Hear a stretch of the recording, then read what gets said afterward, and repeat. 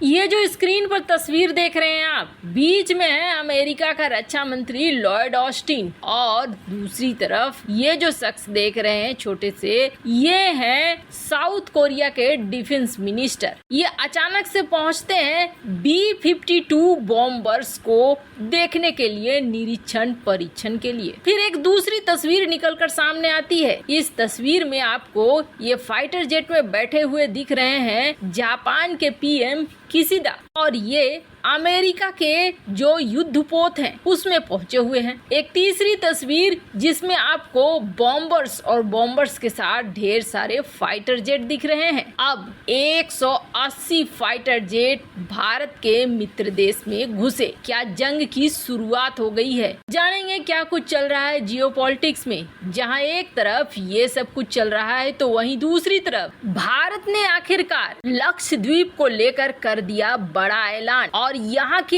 Air strip से क्यों बेहद बुरी तरीके से चीन डरा है। आइए जानते हैं इन खबरों को विस्तार से। एक बड़ी पुरानी कहावत है, अजगर करे न चाकरी, पंछी करे न काम, दास मलुका कह गए सबके दाता राम। अमेरिका तो इस मौके की तलाश में ही रहता है कि लड़ाइयाँ हो और खूब लड़ाइयाँ हो, ताकि उसके हथियार बिके और खूब बिके। पर इस वक्त समस्या बहुत भयंकर हो रही है दक्षिण चीन सागर में। दक्षिण चीन सागर में समस्या भयंकर होने की कई वजह हो चुकी है। सैटेलाइट की कुछ तस्वीरें रिलीज हुई और सैटेलाइट की इन तस्वीरों ने हंगामे को और ज्यादा बढ़ा दिया। इन तस्वीरों में आप क्या देख रहे हैं? दरअसल इन तस्वीरों में कुछ ट्रेन को ट्रैक किया जा रहा है और देखा जा रहा है कि आखिरकार ये ट्रेन जा कहाँ रही है। और जगह जगह आप देखेंगे ये light blue covered rail car है जो जा रही है। 4-5 डब्बे हैं जो लगातार मूव कर रहे हैं। अब अमेरिका का कहना है कि दरअसल इस ट्रेन के जरिए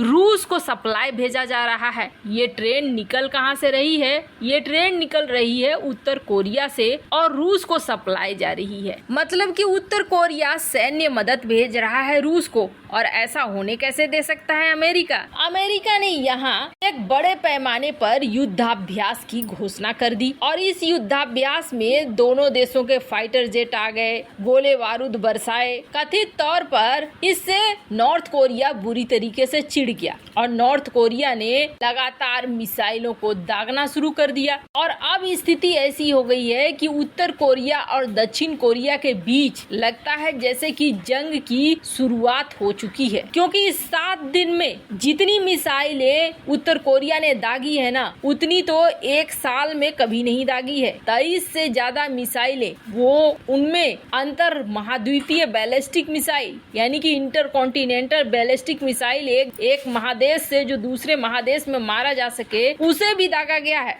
हालात जापान और दक्षिण कोरिया के बीच बन गए हैं अफरा तफरी के। यहाँ पर अलर्ट जारी कर दिया गया है और उसके बाद जिस तरीके की तस्वीरें हमने दिखाई आपको, लगातार अमेरिका के संपर्क में आ चुका है, अमेरिका के डिफेंस मिनिस्टर से मिल चुका है। B-1 बॉम्बर्स क्या कर सकते हैं इसकी भी बात चल रही है। तो वहीं जापान भी जो युद्धपोत खड़े हैं अमेरिका के जापान की सुरक्षा के लिए, उनका मुआयना कर रहा है। यहाँ तक कि जापान ये भी कह रहा है कि रूस और उत्तर कोरिया से अगर निपटना है तो हमें अपना बजट भी बढ़ाना होगा। अब ये सब हालात अभी चल ही रहे थे कि अमेरिका और दक्षिण कोरिया ने फिर से एक बार शुरू कर दिया है। ये जो आप देख रहे हैं स्क्रीन पर बॉम्बर्स और फाइटर जेट, ये बड़ी संख्या में उत्तर कोरिया के पास ही युद्धाभ्यास कर रहे हैं उत्तर कोरिया को डराने के लिए। F-35 विमान के साथ साथ B-1 बॉम्बर्स के साथ यहाँ पर अब एक ऐसा माहौल बन रहा है कि अब जंग हो जाए कि तब जंग हो जाए। खैर, जहाँ एक तरफ ये सब कुछ हो रहा है ना, तो वहीं दूसरी तरफ भारत ने भी अब चीन को एकदम से चौंका दिया है। और चीन को चौंकाने की सबसे बड़ी वजह हो गई है एक ऐसा बेस जिस बेस की कल्पना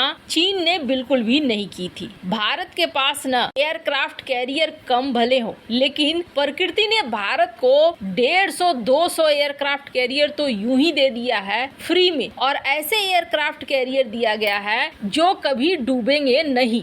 अमेरिका के यूएस नेवी का एक जनरल था हेल्बर्ट ने एक बार प्रेस कॉन्फ्रेंस में साफ तौर पर कहा था कि अमेरिका चाहता है भारत के त्रिवेंद्रम में अपना नेवल बेस बनाए। त्रिवेंद्रम कहाँ है तो ये मैप में आप देख सकते हैं, इस जगह को त्रिवेंद्रम कहा जाता है। अब हाल ही में आपने एक खबर सुनी होगी जिसमें हुआ ये था कि अमेरिका का एक नेवल वेसल भारत के सीमा के पास से गुजरा था, इसी इलाके लक्षद्वीप से थोड़ा आगे से गुजरा था। तब भारत ने बहुत ज्यादा इसमें एग्रेसिव रूप से अमेरिका को कहा था कि आप हमारे क्षेत्र के पास से नहीं गुजर सकते हैं। अमेरिका ने इसका विरोध दर्ज कराया था क्योंकि भारत का अपना स्पेशल इकोनॉमिक जोन था जहां से गुजरा था अमेरिका का ये पोत 200 माइल के अंदर से ही गुजर आया था। भारत ने विरोध जताकर अमेरिका को ये समझाया था कि आप यहाँ पर एंटर नहीं कर सकते हो। अब इसके पीछे कारण क्या था? इसके पीछे कारण ये था कि जहाँ से अमेरिका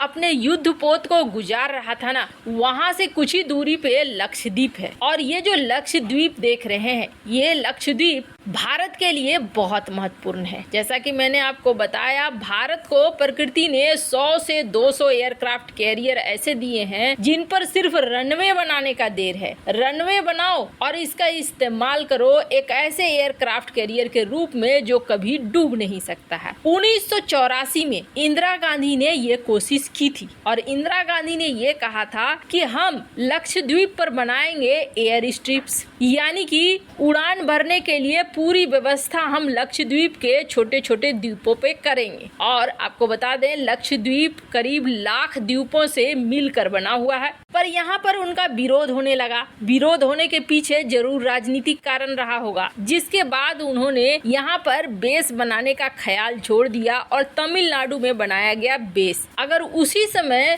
लक्षद्वीप में नेवल बेस बन जाते तो भारत की सुरक्षा बहुत मजबूत हो जाती, क्योंकि ये वो रूट है जहाँ से दुनिया भर का व्यापार चलता है। लक्षद्वीप से ठीक आगे है मालदीव और मालदीव से ठीक आगे है डिएगो गार्सिया। मालदीव में जिस तरीके से भारत के खिलाफ कैंपेन चलता है और चाइना की एंट्री मालदीव में हो चुकी है, ऐसे में लक्षद्वीप को मजबूत रखना भारत के लिए बहुत जरूरी है। वैसे आपको बता दें, लक्षद्वीप पे अगर पहले ही बेस बन गया होता और हमारी सुरक्षा और ज्यादा मजबूत हो गई होती तो आज जो मुंबई हमला हुआ था वो नहीं होता, क्योंकि पाकिस्तान से जो आतंकी घुसे थे वो इसी रास्ते कथित तौर पर घुसे थे। लक्षद्वीप से कई तरह के इस रास्ते का इस्तेमाल किया जाता है और करके ड्रग्स का सप्लाई या फिर कई गतिविधियां चलती हैं। अब जैसे ही भारत ने इस नए एयर स्ट्रिप की घोषणा कर दी है, उससे सबसे ज्यादा बड़ा झटका लग गया है चाइना को और पाकिस्तान को। लक्षद्वीप के मिनिकोय आइलैंड में ये हमारा एयर स्ट्रिप तैयार हो रहा है। वैसे आपको क्या लगता है, भारत ने इतिहास में बहुत सारी गलतियां की है, वरना आज भारत टॉप पोजीशन पर होता? कमेंट कर अपनी राय जरूर बताएं।